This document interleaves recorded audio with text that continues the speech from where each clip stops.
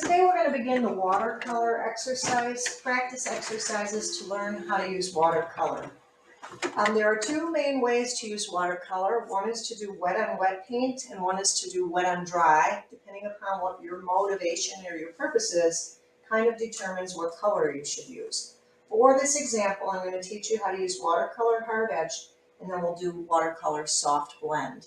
One of them I'll spend a lot of time with wet on wet and then go back when it's dry, light painting on top of that, and the other will be mostly wet paint on dry paper so that you can see the difference. For each of these, make sure that you have water, you have your paper, you have different brushes, and you have paper towel so that you can clean out the excess water.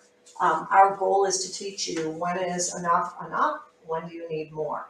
All right, so for the first one, we're going to try and create value going from very light to very dark, and we're going to try and create a hard edge. Now there's a lot of ways to do that, but what we can't do is paint the first section and paint the second section immediately after, because that will cause some issue with the paint and the water bleeding. So my suggestion for you will be to paint each box, progressively getting the boxes a little darker. We want to show how much water you need to be able to change the color from darker to lighter. Watercolor is meant to be darker, to be transparent, unlike tempera paint, which is opaque, you shouldn't see through it. Watercolor, you should. So the first thing we're going to do is we're going to get this whole section wet with water.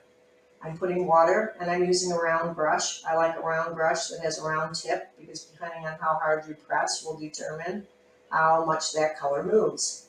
And we're going to go from a very light color. We're going to work from light at the top to dark at the bottom. When it's wet and I bring in my colors, it will move and blend, and when it dries, it should dry fairly evenly. Because I would like this section to go from light to dark as we get to the bottom, I'm going to go ahead and paint the whole thing, and I'm going to make it light. However, if I have pools of sections that are staying darker than I want, with my brush, I'll dab some of that off on the paper towel to clean it up. Now, this line indicates where we're going to make hard edges, but my technique for this would be to fill in the whole square and then come back later and create the hard edge. As I go to the next one, I'm going to make it overall a little darker. It's going to be light and then get darker, and then this would be the next darkest. So whatever color I put down, I need to have enough of a difference that it will allow me to then go back in later when this is dry and paint a color that falls in between the intensity of this one and the intensity of that one. All right, so again, I'm going to go ahead and I'm going to paint my square. Again, I'm putting water on there, and then I will bring back the same color, but I will make it a little heavier. As I bring that color in, I want it to be darker than square number 2, but not so dark that it's going to let me skip, not have any room to get to the darkest color before the end. So I painted this a little too dark.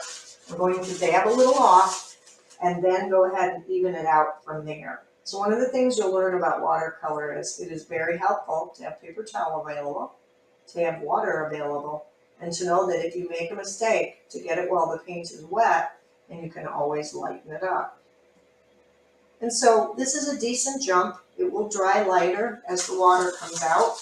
I would again use my brush and get some of these blobs off or smooth it out. And then when that dries, we'll come back and we'll paint in a hard edge, the definite line between these two with a color that's a little darker than the top, lighter than the third.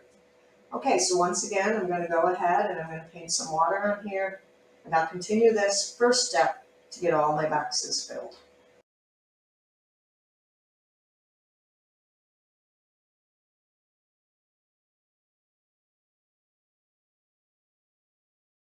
Alright, so once you've painted it all, now you're ready to go back in and put in the other boxes to show the hard edge. What we need to do is between this box, which is dry, and this box, which is also dry, we're now going to add some more of that original color to make it a tone in between. One of the things you'll learn about watercolor is watercolor works in layers. So it is important to understand that sometimes you have to let it dry and go back and add more detail, everything can't be done when it's wet on wet. I personally need to bring in a little bit more of the purple, but not so much that it gets super dark. And when I'm done, I need to have a hard edge between the two, between the first box and the second box, a definite edge, but everything down here should be a darker value than the first box, but a lighter value than the third. And so it will take a little bit of you figuring out how much water is enough, how much color is enough. Again, remember, it is going to dry and it will dry lighter. Again, remember that watercolor, every time you stop or start, it leaves out pools of water. If you don't deal with that as it happens, will remain as a blotchy, floppy mess. So be careful as you're painting that you make a change. So for me, I can see clearly, this is light, this is a definite edge, it gets a little darker, and then it brings me to the third tone. So all of these boxes have dried. It means I'm going to go ahead and in this box here, I'm going to again bring in some more purple. I'm going to make sure I have water on the brush and I have paint on the brush, but I need the color to be darker than this, lighter than this. So I usually will get some paint on there, and I like to make my hard edged, and if I let the brush make the edge for me, and we just have a line there for you so you can gauge for yourself where it is that you need to stop. But often you don't have those hard edge lines, and so you'll determine yourself where does that edge go. Now I personally think this is a little dark. I think it's going to be too dark for the section below it. Again, the beautiful thing about watercolor is when it's wet, you can clean it up. If I can't clean it up just with my brush, which I'm not having as much success as I'd like, I can use the paper towel and lift off some of the color. It still allows me my hard edge, but now it'll let me go in and make that mid-tone in between. And you will do that and continue that. This color is darker than the first, lighter than this one, and so now I go into the box, and I will continue until I can get to the last color at the bottom of the boxes. One thing to remember about watercolor is it is supposed to be transparent. So your last box should not be so thick and heavy of paint that it looks like tempera. It should still have a transparent nature, but it should be darker than everything that came before it. Now we'll move on to watercolor with soft blending. This time on this row, I would like you to be able to go from a dark color to a light so we can determine are you better adding color or are you better letting up on the color and adding water. And because I'm going ahead and I'm going to make it darker, on this one, I probably would not do the water in the entire box. I'm going to do a set of 2 at a time and work my way to the bottom. So this first one is going to be the dark color without getting so dark that I don't see through it. And this one, for soft blending, I would start with the dark color, whatever color I choose, and I like to turn my paper so that it's more comfortable as I paint. I know that I'm better to have the brush away from me as I define the edges so I can be sure I'm inside the square.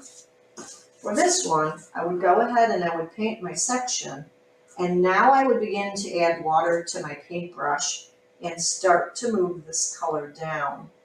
So I'm putting some water in the section, and then I'm pulling that color of paint down to the edge of the box.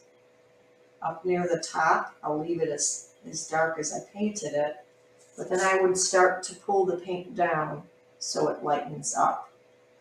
It's still going to be fairly dark and fairly heavy, and I'm still getting some of those balls of blue that are standing out, so it will look messy when it dries. But then I will go back and just gradually let up on the pressure to try and bring that color down and begin to let it lighten up. In each box, I will then go and I will continue with the paint that I have on. This one probably needs to add a little bit more. And then I would increase the amount of water on the brush so that I could lighten it up as it comes down. And at the very bottom, it should be lighter than the very top. If it doesn't move much, go back and add some water to your brush. But know when you do that, you're gonna also be lightening the color, so you might have to go back and add some more paint.